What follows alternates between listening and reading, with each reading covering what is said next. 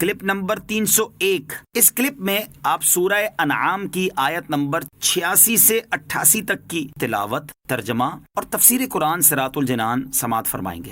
بسم اللہ الرحمن الرحیم۔ ترجمہ، اللہ کے نام سے شروع جو نہایت مہربان رحمت والا ہے۔ وَإِسْمَاعِيلَ وَالْيَسَعَ وَيُونُسَ وَلُوطًا وَكُلًّا فَضَّلْنَا عَلَى الْعَالَمِينَ وَمِنْ آبَائِهِمْ وَذُرِّيَّاتِهِمْ وَإِخْوَانِهِمْ وَاجْتَبَيْنَاهُمْ وَهَدَيْنَاهُمْ إِلَى صِرَاطٍ مُسْتَقِيمٍ۔ ترجمہ، اور اسماعیل اور یسع اور یونس اور لوط کو ہدایت دی، اور ہم نے سب کو تمام جہان والوں پر فضیلت عطا فرمائی، اور ان کے باپ دادا اور ان کی اولاد اور ان کے بھائیوں میں سے بھی بعض کو ہدایت دی، اور ہم نے انہیں چن لیا اور ہم نے انہیں سیدھے رستے کی طرف ہدایت دی۔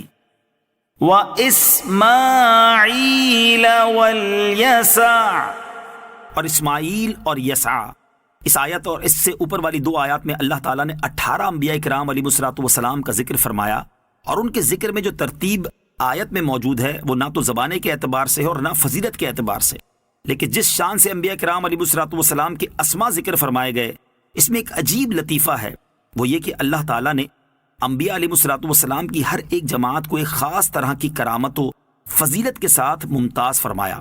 جیسے حضرت نوح، ابراہیم، اسحاق اور یعقوب علیہ السلام کا پہلے ذکر کیا، کیونکہ یہ انبیاء علیہ السلام کے اصول ہیں، یعنی ان کی اولاد میں بکثرت انبیاء علیہ السلام ہوئے جن کے نسب انہی کی طرف رجوع کرتے ہیں۔ پھر نبوت کے بعد عظیم مقامات و مراتب میں سے ملک و اختیار اور سلطنت و اقتدار ہے۔ اللہ تعالیٰ نے حضرت داؤد اور سلیمان علیہ السلام کو اس کا بہت بڑا حصہ عطا فرمایا، اور اس شعبے کا زیادہ تر تعلق مقام شکر سے ہے۔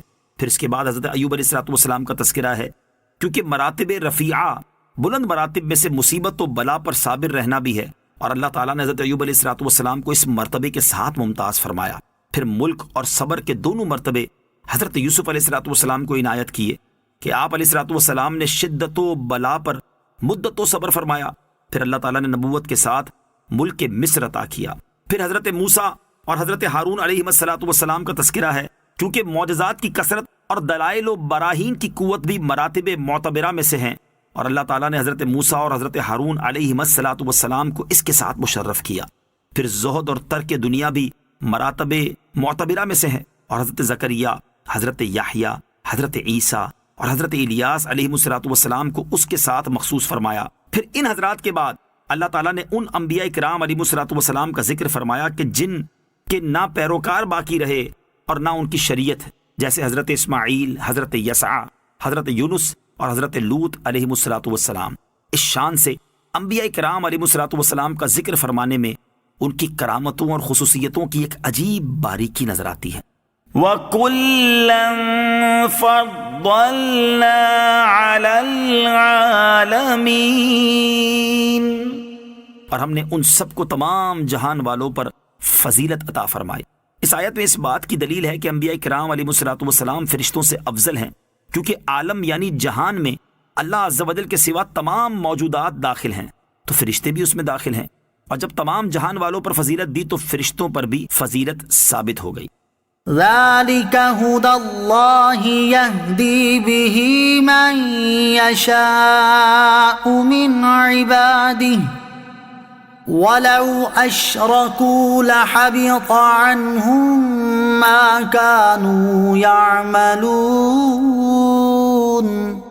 ترجمہ، یہ اللہ کی ہدایت ہے، وہ اپنے بندوں میں جسے چاہتا ہے ہدایت دیتا ہے، اور اگر وہ بھی بالفرض شرک کرتے تو ضرور ان کے تمام اعمال ضائع ہو جاتے ہیں۔ ذَلِكَ هُدَى اللَّهِ، یہ اللہ کی ہدایت ہے۔ یہاں ہدایت سے مراد اس چیز کی معرفت ہے کہ اللہ تعالیٰ واحد و یکتا ہے اور اس کا کوئی شریک نہیں، اور اس معرفت کے ذریعے اللہ تعالیٰ اپنے بندوں میں سے جسے چاہتا ہے اپنے دین، اپنی طاعت اور لوگوں کی طرف سے ٹھہرائے گئے اللہ تعالیٰ کے شریکوں سے بیزاری کا اظہار کرنے کی ہدایت دیتا ہے۔ وَلَوْ أَشْرَكُوا، اور اگر وہ بھی بالفرض شرک کرتے۔ اس آیت میں عوام و خواص سب لوگوں کو ڈرایا گیا ہے کہ وہ اللہ تعالیٰ کی خفیہ تدبیر سے بے خوف نہ ہوں، کیونکہ جب فضیلت اور بلند مقام رکھنے والے انبیاء کرام علیہ الصلوۃ والسلام کے بارے میں اللہ تعالیٰ نے یہ فرما دیا کہ اگر وہ بھی بالفرض شرک کرتے تو ضرور ان کے تمام اعمال ضائع ہو جاتے، تو ان کے مقابلے میں اور لوگوں کا حال کیا